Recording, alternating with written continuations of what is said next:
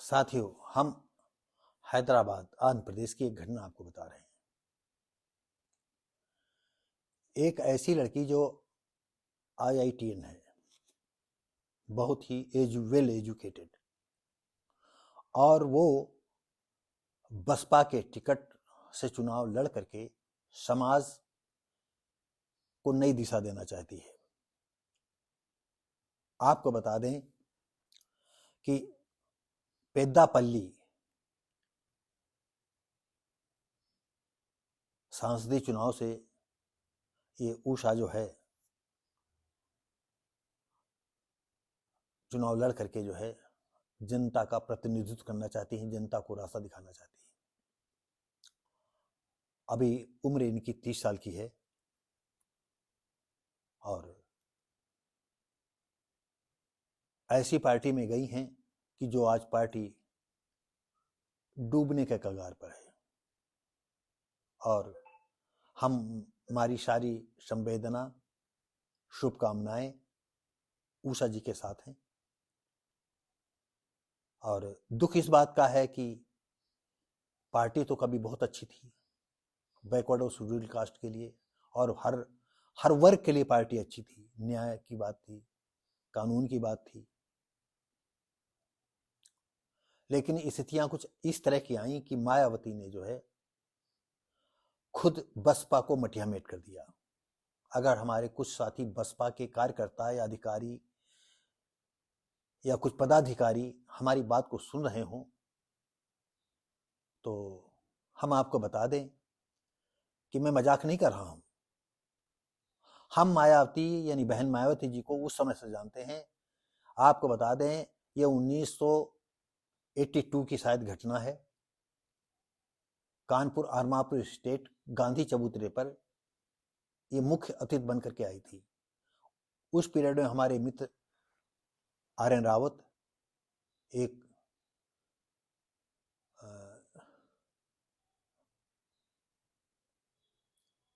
GIC के teacher थे, शिवनारायण जी RN Rawat थे, और एक शिवमंगल थे, वो थे, एक और कोई थे। हम लोग यहाँ से करीब 8 बजे, 8:30 या 9 बजे करीब पहुंच गए थे।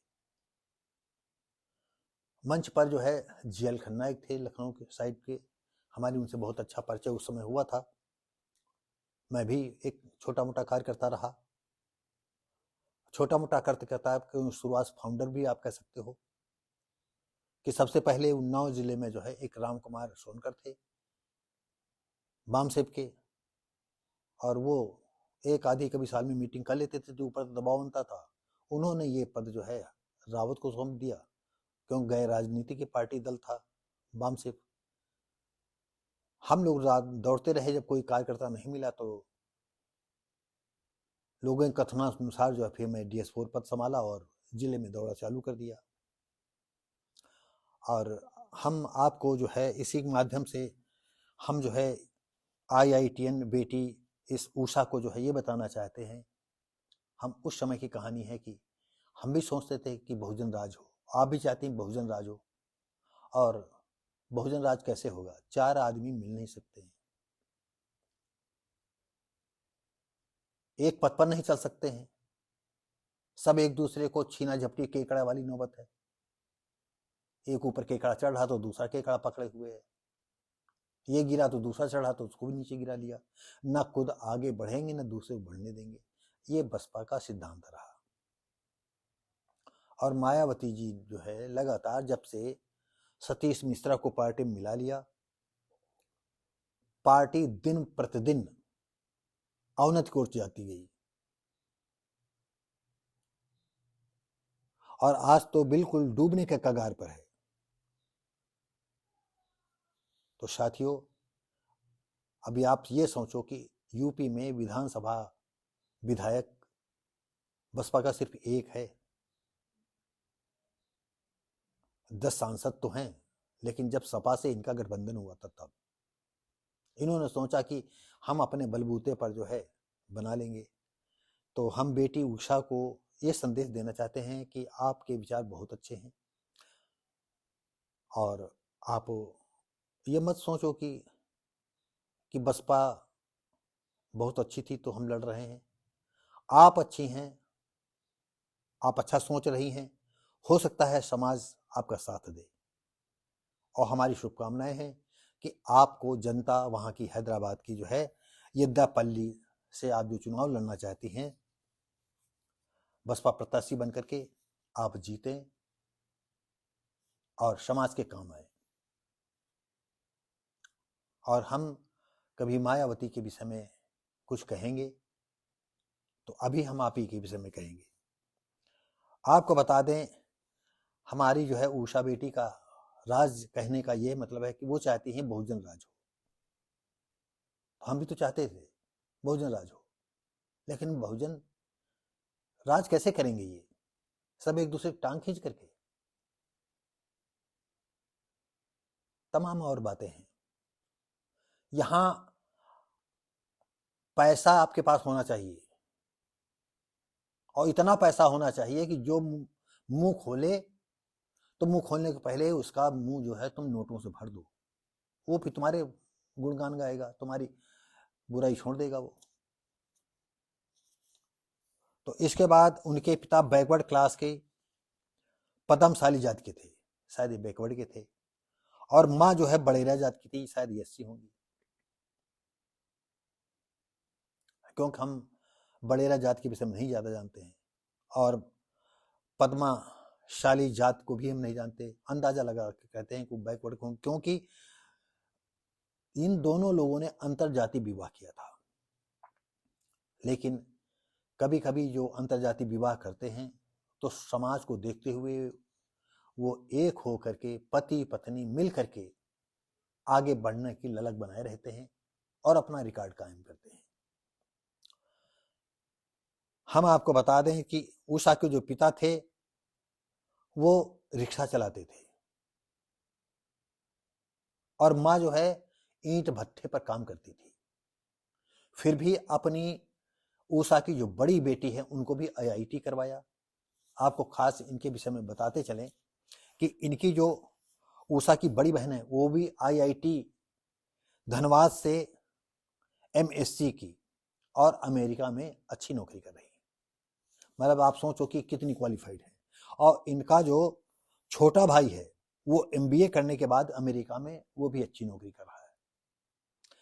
ये चाहती ये भी आईआईटीएन है, ये भी अच्छी नौकरी कर लेती, लेकिन इनकी धुन सवार हो गई है कि हम राजनीति करके समाज को सुधारेंगे। वैसे बाबा साहब ने भी कहा था कि राजनीतिक कुंजी वो कुंजी है जिससे सभी ताले खोले जा सकते हैं।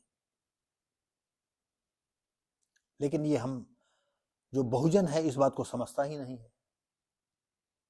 बहुजन अपनी मूर्खता पर ही मठियामेट हो रहा है, और उसको तो अब और मठियामेट होने की संभावनाएं हैं कि कोई एक दूसरे से मिलकर के नहीं चलना चाहता है, अपनी कोई बुराई नहीं देखना चाहता है। उषा बेटी का कहना है, इस नई लड़की उषा बेटी का कहना है, लड़की का कहना है कि वो जो है जितने भी प्रत्याशी हैं वो सब पैसे वाले हैं और पैसे से वो हराना चाहते हैं। और उषा का कहना है कि मेरी जनता, मुझे जनता का दिल जीतना है। और वो जब दरवाजे पर जाती हैं तो पहले हम भी जो है, कांसीराम भी यही कहा करते थे, आप एक वोट दीजिएगा, एक नोट दीजिएगा, हम इस देश की हुकूमत अपने हाथ में कर लेंगे।